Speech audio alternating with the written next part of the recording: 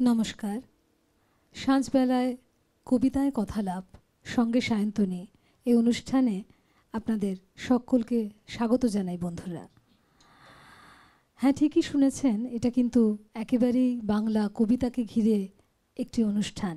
আমাদের যে অনুষ্ঠানটি গানের, তার সাথে নামের সাদৃশ্য অবশ্যই পাবেন। একেবারে একই ধাঁচে আমাদের দুটি অনুষ্ঠান শুরু হয়েছে। গানের অনুষ্ঠান তো বেশ কয়েক মাস অতিক্রান্ত, আর কবিতার অনুষ্ঠানটি সবে শুরু হলো। আবহ নির্মাণে অবশ্যই রয়েছেন দেবাশিস সাহা। আর আজকে স্টুডিওতে আমরা যাকে পেয়েছি, বিশিষ্ট আবৃত্তি শিল্পী শুভদীপ চক্রবর্তী। স্বাগত জানাই শুভদীপ তোমাকে আমাদের স্টুডিওতে। তোমাদেরও অনেক শুভেচ্ছা যে আবৃত্তি নিয়ে, কবিতা নিয়ে তোমরা এরকম একটা কাজ করছো, খুব ভালো হোক। বেশ, তাহলে আমরা শুভদীপের প্রথম কবিতা দিয়ে আমরা অনুষ্ঠানে সূচনা করি। প্রথম কবিতা মানেই অবধারিতভাবে সেটা রবীন্দ্রনাথ ঠাকুরের কবিতা, অবশ্যই মৃত্যুঞ্জয়। শোনাই। চলো।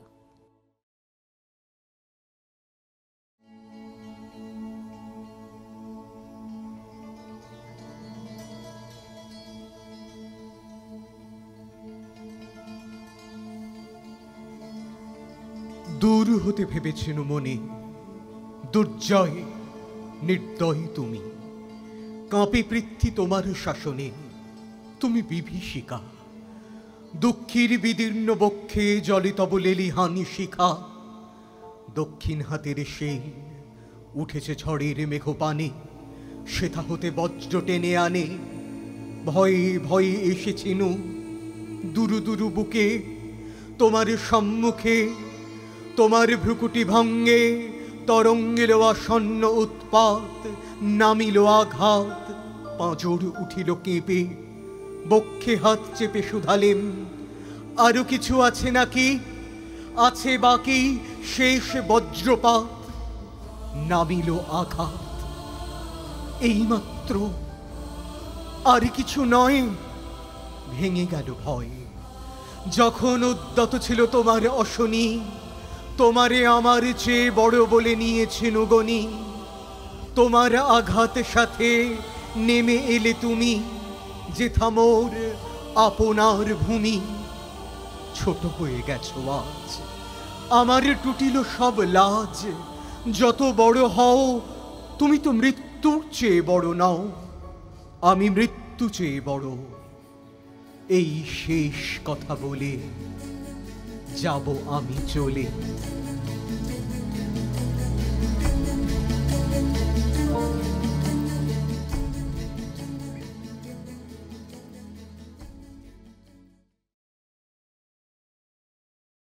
কি যে অনবদ্য শুনলাম শুভদীপ, আর দেবাশিসদার এত সুন্দর আবহ, দুটো মিলিয়ে স্টুডিওর পরিবেশ একদম অন্যরকম। আসলে আবহটা না খুব গুরুত্বপূর্ণ। আমরা যে কবিতার মধ্যে ঢুকি বা কবিতার বিষয়বস্তুর সাথে সংযোগ ঘটাই, আবহ কিন্তু তার সেতুবন্ধন তৈরি করে। হ্যাঁ, মানে এই যে তুমি বলছিলে যে বলতে ইচ্ছে করছে, এইটা দেবাশিসদার মতন মানুষ থাকলে একদম আবহ এখানে বিরাট গুরুত্ব পালন করে। আচ্ছা শুভদীপ, এত যে কাজের মধ্যে তুমি খুব ব্যস্ত, আমি যেহেতু সোশ্যাল মিডিয়াতে আমরা একসঙ্গেই রয়েছি, দেখতে পাই তুমি খুবই ব্যস্ত। এত ব্যস্ততার মধ্যে কিভাবে কবিতাকে নিজের করে বাঁচো? এটা একটা অদ্ভুত ব্যাপার আমার জীবনে। আসলে আমার বাবা কিন্তু লয়ার, এবং বাড়ির সবাই থেকে আমাদের পরিবার পরিজন প্রত্যেকেই চেয়েছিলেন যে আমি একজন লয়ার হই। অনেকে এরকমও বলেছিলেন যে দেখো, ওখানেও তোমাকে কথা বলতে হবে, তুমি যে কাজটা করছো সেটাও কথা বলাই, বা কথা বলার বিষয়টা সেখানেও যথেষ্ট গুরুত্বপূর্ণ। কিন্তু কোনোভাবেই আর হলো না। এমনভাবে, বিশেষ করে আফটার গ্র্যাজুয়েশন, এমনভাবে কাজকর্মের সাথে জড়িয়ে গেলাম। আকাশবাণীতে তখন 2007-এ আমি প্রথম আকাশবাণীতে ঢুকলাম, তারপর কলকাতা দূরদর্শন, তারপর আস্তে আস্তে নিজের সংস্থা তৈরি করলাম। আস্তে আস্তে বাইরে থেকে আমন্ত্রণ আসা শুরু করলো। 2012-তে আমার প্রথম বিদেশ যাওয়া।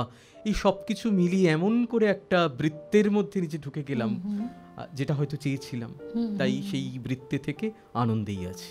না, মানে যেটা চাওয়া যায় সেই কাজটাই যদি করা যায়, সেটার চেয়ে বেশি আনন্দ তার বোধহয় থেকে ভালো আর কিছুতে কিছু হতে পারে হতে না, পারে না। একদমই কারণ তাই গো। এমন অনেক পেশা আছে যেগুলো অনেকে জোর করে সেই পেশায় আসতে হয়, বা সেটা হয়তো তারা চান না। ওই যে কবির সুমনের একটা গানের লাইন আছে না, হাজার চেষ্টা করেও গোলাপ ফুল ফোটায় না কলমিলতা, তা আমি তো একদম। কলমিলতাই ফোটাতে চেয়েছি, তাই একদম ফোটাচ্ছি। ভারী সুন্দর।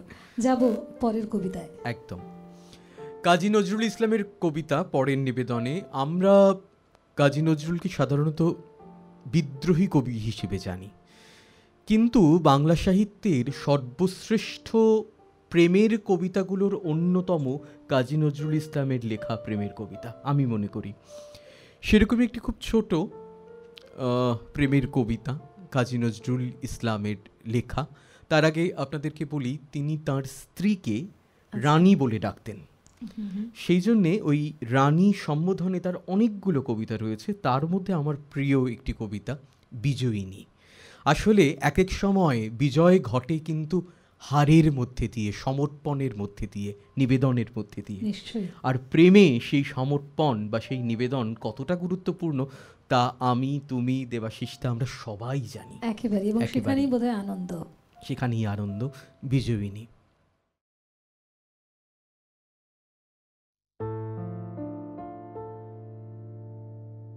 হেমর রানী, তোমার কাছে হার মানি আজ শেষে, আমার বিজয়কে তনু লুটায় তোমার চরণ তলে এসে। আমার সমর জয়ী অমর তরবারি দিনে দিনে ক্লান্তি আনি, হয়ে ওঠে ভারী। এখন এবার আমার তোমায় দিয়ে হারি, এই হার মানা হার পরাই তোমার কেশে।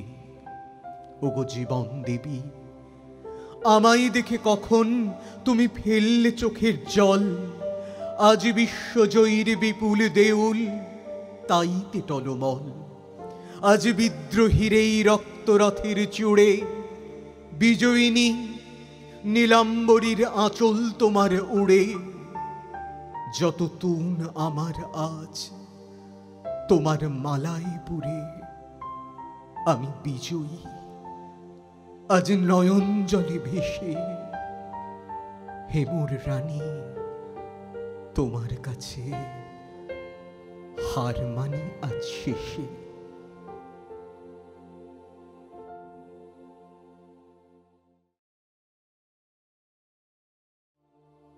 সাঁঝবেলায় কবিতায় কথালাপ সঙ্গে সায়ন্তনী, এই অনুষ্ঠানে রয়েছে আমরা। আপনারা শুনছেন শুভদীপের কবিতা। আর ভিডিওর নিচে যে দুটো নম্বর দেখতে পাচ্ছেন তার যে কোনো একটাতে আমাদের হোয়াটসঅ্যাপ করতে পারেন এবং আমাকে কলও করতে পারেন।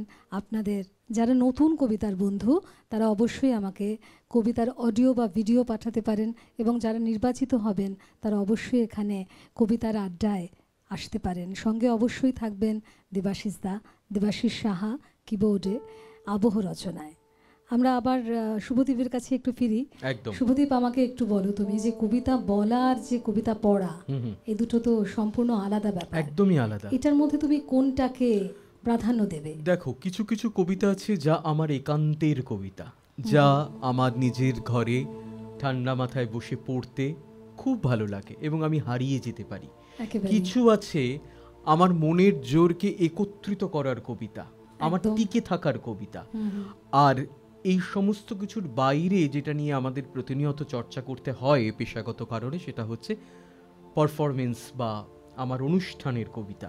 যে কবিতাগুলো মানুষের কাছে গ্রহণযোগ্য হয়ে ওঠে এবং যে কবিতার বিষয়বস্তুগুলো লোকের কাছে খুব সহজভাবে যুক্ত হতে পারে, যেখানে সবাই লোকজনের বুঝতে পারে। এটা কিন্তু খুব আমি অত্যন্ত গুরুত্বপূর্ণ একটা বিষয় বলে মনে করি, যে খুব কঠিন, খুব অবদ্ধ কিছু মঞ্চে পারফর্ম করার ক্ষেত্রে কিন্তু সেরকম বাহাদুরি আমি মনে করি না। কারণ যে জিনিসটা আমি মানুষের মধ্যে সংযুক্তই করতে না পারলাম, আমি সেই বিষয়টাকে কারোর কাছে পৌঁছে দিতে না পারলাম, সেখানে কিন্তু আমার শিল্পের মধ্যে একটা বড় ফাঁক তৈরি হবে। আমার পাণ্ডিত্য, আমি যতটা জানি, আমার যা কিছু বুদ্ধি বিবেচনা, তা দিয়ে যদি আমি সেই নিপুণতাটা তৈরি করতে পারি, যে নিপুণতা দিয়ে সকলের কাছে, বেশিরভাগ মানুষের কাছে সেটা গ্রহণযোগ্য হবে, তবেই কিন্তু সেটা সাফল্যমণ্ডিত হতে পারে। একেবারে, তার মানে গ্রহণযোগ্যতাটা অনুষ্ঠানের ক্ষেত্রে আমাদের সমস্ত শিল্পীদের ক্ষেত্রে খুব গুরুত্বপূর্ণ বিষয়। একদম একদম। চলো যাব পরের কবিতায়। একদম, আমার খুব প্রিয় একটি কবিতা, জীবনানন্দ দাশের লেখা বনলতা সেন, শোনাই। চলো।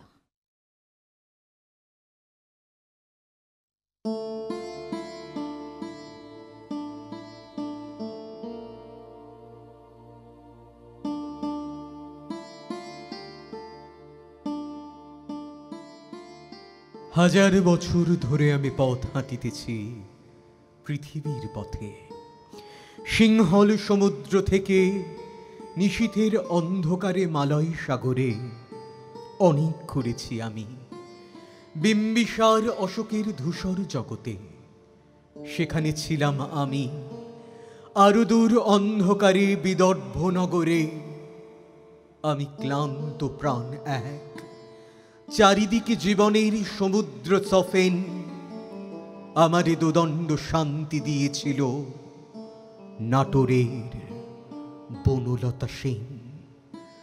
চুল তার কবেকার অন্ধকার বিদিশার নিশা, মুক্তার শ্রাবস্তির কারুকার্য, অতি দূর সমুদ্রের পর হাল ভেঙে যে নাবিক হারায়েছে দিশা, সবুজ ঘাসের দেশ যখন সে চোখে দেখে দারুচিনি দ্বীপের ভিতর, তেমনি দেখেছি তারে অন্ধকারে।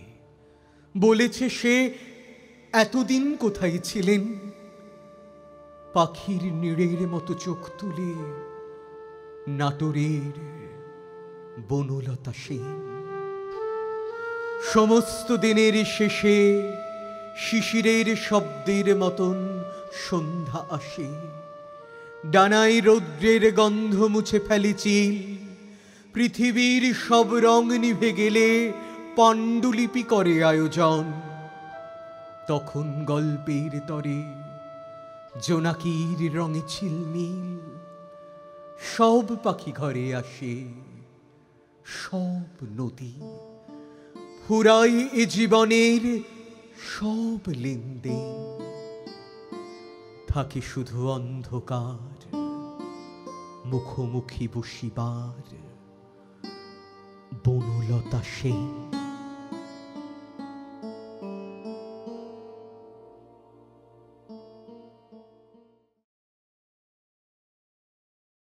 এত সুন্দর শুনলাম শুভদীপ। এই কবিতাটি আমার কেন, আমার মনে হয় সকলের জানা এবং পৃথিবীর সকল প্রেমিক মানুষের মনের কথা বনলতা সেন। একেবারে। তো আধুনিক কবিদের কথাই যখন আমরা বলছি, তো তুমি আমাকে বলো যে কোন আধুনিক কবিদের কবিতা তোমাকে অনেক বেশি টানে? দেখো, এই তালিকায় অনেকগুলো নাম পরপর বলতে হবে, তবে আমি এই তালিকায় আমার মতো করে যার মধ্যে কবিতা সবচেয়ে বেশি খুঁজে পাই, তিনি জয় গোস্বামী। আমারও খুব প্রিয় কবি, চলো শুনে নিই তার কবিতা একটা শোনাই। এটাও প্রেমের কবিতা। আসলে পরপর প্রেমের কবিতা বলার কারণ আছে, কারণ মানুষ না সবচেয়ে ভালো থাকে প্রেমে, সেটা নানা আঙ্গিকে, নানাভাবে, নানা কথায়, নানা ব্যঞ্জনায়, জল হাওয়ায় লেখা এরকমই একটি কবিতা জয় গোস্বামীর।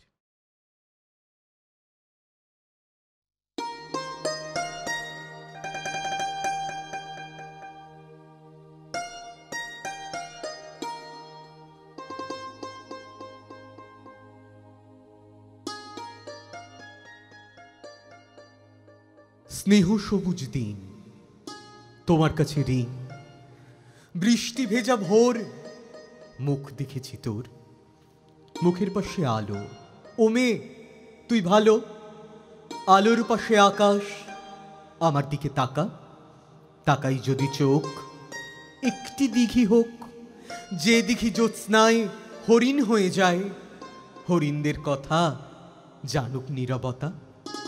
নীরব কোথায় থাকে, জলের বাঁকে বাঁকে, জলের দোষ না তো, হাওয়ায় হাত পাতো, হাওয়ার খেলা সে কি, মাটির থেকে দেখি মাটির গুণ হবে, কাছে আসুক তবে। কাছে কোথায়, দূর, নদী সমুদ্র। সমুদ্র তো নোনা, ছুঁয়েও দেখব না। ছুঁতে পারিস নদী, শুকিয়ে যায় যদি। শুকিয়ে গেলে বালি, বালিতে জল ঢালি, সেই জলের ধারা ভাসিয়ে দেবে পাড়া। পাড়ার পরে গ্রাম, বেড়াতে গেছিলাম, গ্রামের কাছে কাছে নদী শুয়ে আছে। নদীর নিচে সোনা, ঝিকোয় বালুকণা। সোনা খুঁজতে এসে ডুবে মরবি শেষে। বেশ, ডুবিয়ে দিক, ভেসে উঠব ঠিক। ভেসে কোথায় যাব, নতুন ডাঙা পাবো, নামটি দেব তার সোনার ধান। আর বলবো শোনো, এই কষ্ট দিতে নেই, আছে নতুন হাওয়া। তোমার কাছে যাওয়া কত সহজ হবে, আরো সহজ হবে। বলো, বলো ভালোবাসবে তবে, বলো ভালোবাসবে কবে।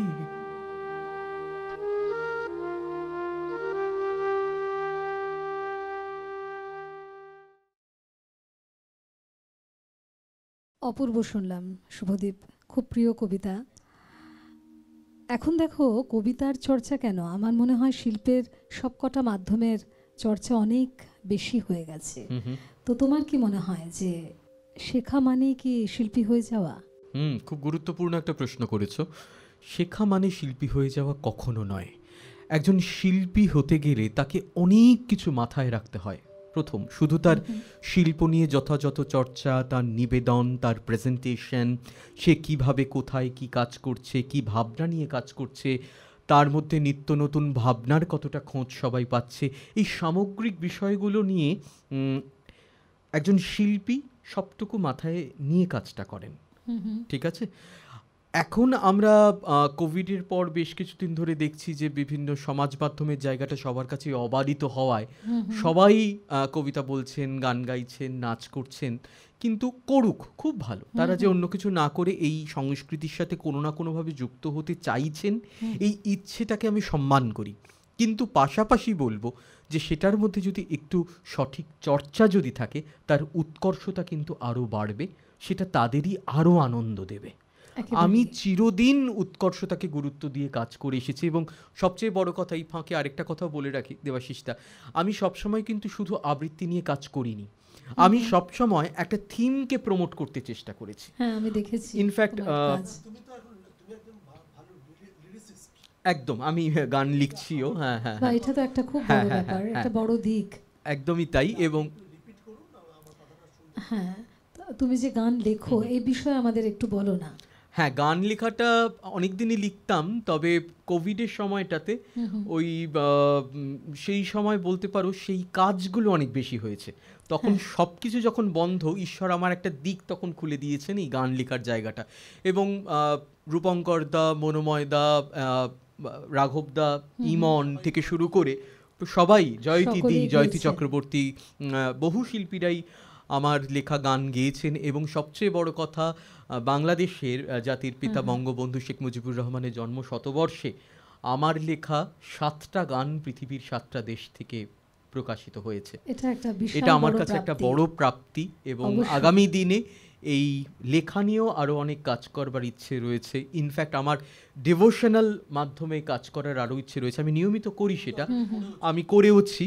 এবং সেই মাধ্যমে নিজের কিছু নতুন গান আমি মনস্থির করেছি যে ঠাকুর, মা এবং স্বামীজিকে নিয়ে নতুন 10টা গান তৈরি করার, এই ধরনের কিছু পরিকল্পনাও রয়েছে। বাবা, আর উৎকর্ষতা বৃদ্ধি তুমি কিভাবে বলতে চাও, মানে কিভাবে? একটু পড়াশোনা, যে কাজটাই করি না কেন, যেভাবেই করি না কেন, তার একটা যথাযথ পড়াশুনো কিন্তু খুব প্রয়োজন। রবীন্দ্রনাথের কবিতা, আমি রবীন্দ্রনাথকে তো পুরো জানা সম্ভব নয়, কিন্তু তার সম্পর্কে যতটুকু জানা যায়, আমার বুদ্ধি, আমার সাধ্যের মধ্যে যতটুকু আছে, সেটুকু চর্চা না করে রবীন্দ্রনাথের কবিতা যদি কেউ বলে, তার মধ্যে কিন্তু একটা ফাঁক তৈরি হবে। আর রবীন্দ্র দর্শনটাকে জেনে, কিছুটা জেনে, আমি আবার বলছি, এটা একটা সমুদ্র, কিন্তু তার কণামাত্র অংশ গ্রহণ করেও যখন সে রবীন্দ্রনাথের কবিতা বলবে, তখন কিন্তু তার উচ্চারণের মধ্যে দিয়েই তার জানাটা প্রতিফলিত হবে। এটা হবেই, মানে তার তার জীবনটাও তো জানতে হবে, একদম, সেই একদম। পড়াশোনাটা দরকার। জীবন এবং জীবন দর্শন, জীবন দর্শন এটা কিন্তু খুব জরুরি। শুধু জীবন নয়, যে দর্শনের ওপর তার জীবন আধারিত, সেই দর্শনটাকে বুঝতে হবে, ভাবনাটাকে ভাবতে হবে। তো আমাদেরও এরকম উদ্যোগ থাকবে ভবিষ্যতে, নিশ্চয়ই। আমরা এই ধরনের কাজ করব তোমাদের অবশ্যই। মতন শিল্পীদের নিয়ে। আমরা একদম একদম সবাই মিলে আমরা আমাদের ভালো স্টুডিওর কিছু পক্ষ থেকে করবই। একদম আমাদের ইচ্ছে যে নতুন নতুন আরো অনেক উদ্যোগ একদম, নেব, তার একদম। মধ্যে অবশ্যই শুভদীপ তুমি থাকলে আমাদের খুব ভালো লাগবে। নিশ্চয়ই থাকবো। চলো আমরা পরের কবিতায় চলে যাই। একদম। আমি এবারে একটা ছড়া শোনাই আমাদের ছোটদের জন্য।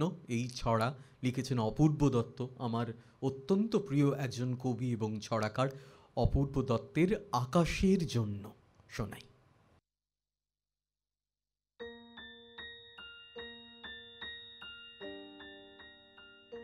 একের পরই দুই, ইচ্ছে করে আকাশ তোমায় একটুখানি ছুঁই।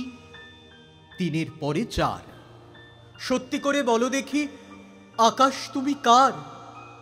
পাঁচের পরে ছয়, মা বলেছে আকাশ নাকি সবার বন্ধু হয়। সাতের পরে আট, এ নাও আকাশ তোমায় দিলাম ভুবন ডাঙার মাঠ।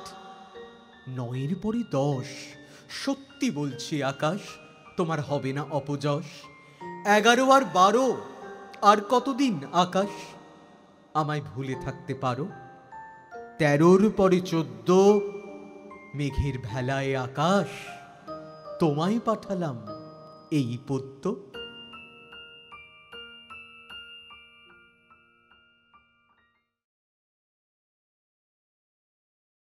শুভদীপ, অসম্ভব ভালো এই ছড়াটা। এটা আমিও ছোটবেলায় শিখেছিলাম, এই কারণে রিলেট করতে পারলাম, খুব ভালো।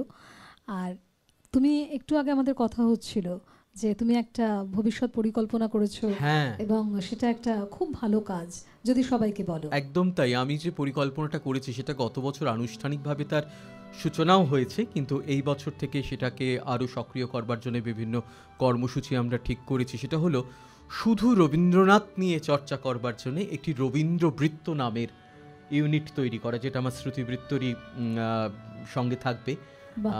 রবীন্দ্রবৃত্ত, এখানে রবীন্দ্রনাথের গান, কবিতা, নৃত্য এবং সেই সাথে রবীন্দ্রনাথের ছোট গল্প, রবীন্দ্রনাথের দর্শন, রবীন্দ্রনাথের জীবনের নানা ঘটনা, সেই বিষয়গুলো নিয়ে কাজ হবে।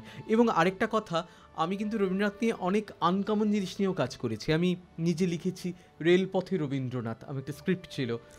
যে রেলপথে, ভেবে দেখো যে রবীন্দ্রনাথ প্রথম যখন হিমালয়ে যাচ্ছেন বাবার হাত ধরে, তখন প্রথম রেলপথে জার্নি হাওড়া থেকে বোলপুর, আবার শেষ প্রত্যাবর্তনটা বোলপুর থেকে হাওড়া। তার মধ্যে সারা জীবনে নানা জায়গায় রেল যোগে তার নানা কবিতা, নানা গল্প, নানা গান তিনি লিখেছেন। আমি কখনো করেছিলাম এই রকম কাজটা যে জন্মদিনে রবীন্দ্রনাথের প্রথম আনুষ্ঠানিক জন্মদিন শুরু হয়েছিল 25 বছর বয়সে, ঘরোয়াভাবে। তারপর 80 বছর পর্যন্ত রবীন্দ্রনাথের জন্মদিন নানা জায়গায় নানাভাবে পালন করা হয়েছে। এবং 70-এর জন্মদিন কিন্তু রবীন্দ্র সপ্তাহ পালন করা হয়েছিল টাউন হল সংলগ্ন প্রাঙ্গণে। 1 সপ্তাহ ধরে রবীন্দ্র সপ্তাহ চলেছিল। কখনো তিনি জন্মদিনে রয়েছেন বিদেশে, কখনো জোড়াসাঁকোতে, কখনো জীবনের সাংঘাতিক দুর্বিপাকের মধ্যেও জন্মদিন কেটেছে অনাড়ম্বরভাবে। তো ওই কোথায়, কবে, কিভাবে তার জন্মদিন পালন হয়েছে সেটা নিয়ে করেছিলাম জন্মদিনে রবীন্দ্রনাথ।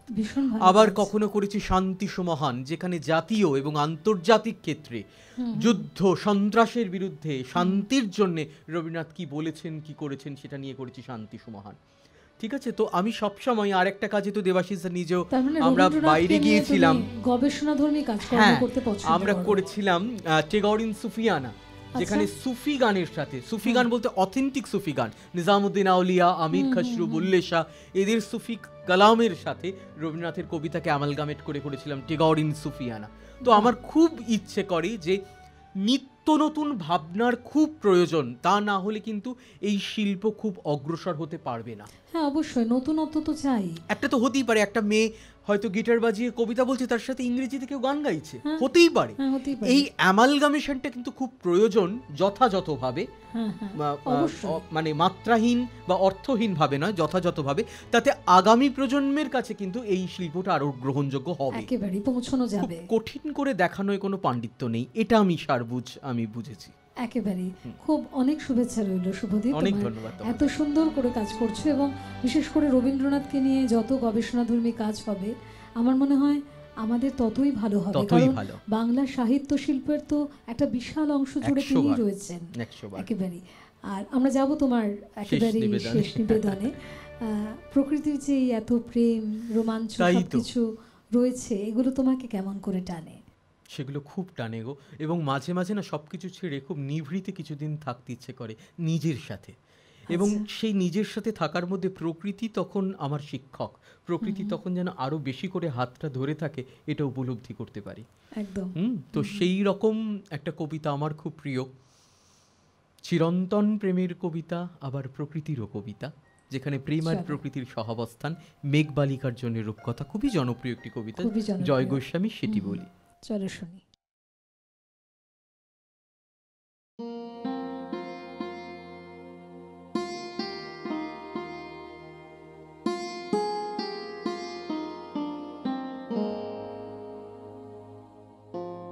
আমি যখন ছোট ছিলাম খেলতে যেতাম মেঘের দলে, একদিন এক মেঘবালিকা প্রশ্ন করলো কৌতূহলে, এই ছেলেটা নাম কি রে তোর? আমি বললাম পুষ্পান্তর। মেঘবালিকার রেগেই আগুন, মিথ্যে কথা, নাম কি অমন হয় কখনো? আমি বললাম নিশ্চয়ই হয়, আগে আমার গল্প শোনো। সে বলল শুনবো না যা, সেই তো রানী, সেই তো রাজা, সেই তো একই ঢাল তলোয়ার, সেই তো একই রাজার কুমার পক্ষীরাজে, শুনবো না আর ও সব বাজে। আমি বললাম তোমার জন্য নতুন করে লিখবো তবে। সে বলল সত্যি লিখবি? বেশ, তাহলে মস্ত করে লিখতে হবে, মনেই থাকবে, লিখেই কিন্তু আমায় দিবি। আমি বললাম তোমার জন্য লিখতে পারি এক পৃথিবী। লিখতে লিখতে লেখা যখন সবেমাত্র 2-4 পাতা, হঠাৎ তখন ভূত চাপলো আমার মাথায়। চলে গেলাম ছোটদের সেই মেঘের মাঠে, গিয়েই দেখি চেনামুখ তো একটিও নেই এ তল্লাটে। একজনকে মনে হলো ওরই মধ্যে অন্যরকম, এগিয়ে গিয়ে বলি তাকেই, তুমি কি সেই মেঘবালিকা? তুমি কি সেই? সে বলল মনে তো নেই, আমারই সব মনে তো নেই। আমি বললাম তুমি আমায় লেখার কথা বলেছিলে। সে বলল সঙ্গে আছে, ভাসিয়ে দাও গাঁয়ের ঝিলে। আরে শোনো, এখন আমি মেঘ নই আর, সবাই এখন বৃষ্টি বলে ডাকে আমায়। বলেই হঠাৎ এক পশলায় চুল থেকে নখ আমায় পুরো ভিজিয়ে দিয়ে অন্য অন্য বৃষ্টি বাদল সঙ্গে নিয়ে মিলিয়ে গেল খরস্রোতায়, মিলিয়ে গেল দূরে, কোথায় দূরে দূরে। বৃষ্টি বলে ডাকে আমায়, বৃষ্টি বলে ডাকে আমায়। আপন মনে বলতে বলতে আমি কেবল বসে রইলাম, ভিজে একশা কাপড় চামায় গাছের তলায় বসে রইলাম। বৃষ্টি নাকি মেঘের জন্য? এমন সময় অন্য একটি বৃষ্টি আমায় চিনতে পেরে বলল, তাতে মন খারাপের কি হয়েছে? যাও, ফিরে যাও, লেখো আবার। এখন পুরো বর্ষা চলছে, তাই আমরা সবাই এখন নানান দেশে ভীষণ ব্যস্ত। তুমিও যাও, মন দাওগে তোমার কাজে। বর্ষা থেকে ফিরে আমরা নিজেই যাব তোমার কাছে। এক পৃথিবী লিখবো আমি, এক পৃথিবী লিখবো বলে ঘর ছেড়ে সেই বেরিয়ে গেলাম। ঘর ছেড়ে সেই ঘর বাঁধলাম গহন বনে, সঙ্গী শুধু কাগজ কলম। একাই থাকবো, একাই দুটো ফুটিয়ে খাবো, 2-1 মুঠো ধুলো বালি। যখন যারা আসবে মনে তাদের লিখবো, লিখেই যাব। এক পৃথিবী 100 রকম স্বপ্ন দেখার, সাধ্য থাকবে যে রূপকথার, সে রূপকথা আমার একার। ঘাড়ে গুজে দিন লিখতে লিখতে, ঘাড়ে গুজে রাত লিখতে লিখতে, মুছেছে দিন মুছেছে রাত।